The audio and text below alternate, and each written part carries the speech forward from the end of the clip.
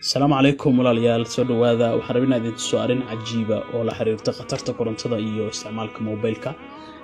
tusaale ahaan qalinkan hadda wuxuu dareemaa korontada wuxuu u sameeyay korontada iyo inuu soo saaro meesha ay korontada qulqulayso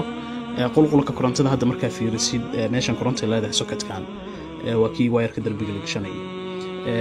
koronto maadaama uu leeyahay jaajarka markaan telefoonka jaajarka aan isticmaalayno jaajarkeena koronto uu leeyahay fiilada meel walba markii hadda laga saaro koronto leedahay mobilka markuu kaligii yahay koronto ma lahan qalinka ma uu ifaya marka aragtaan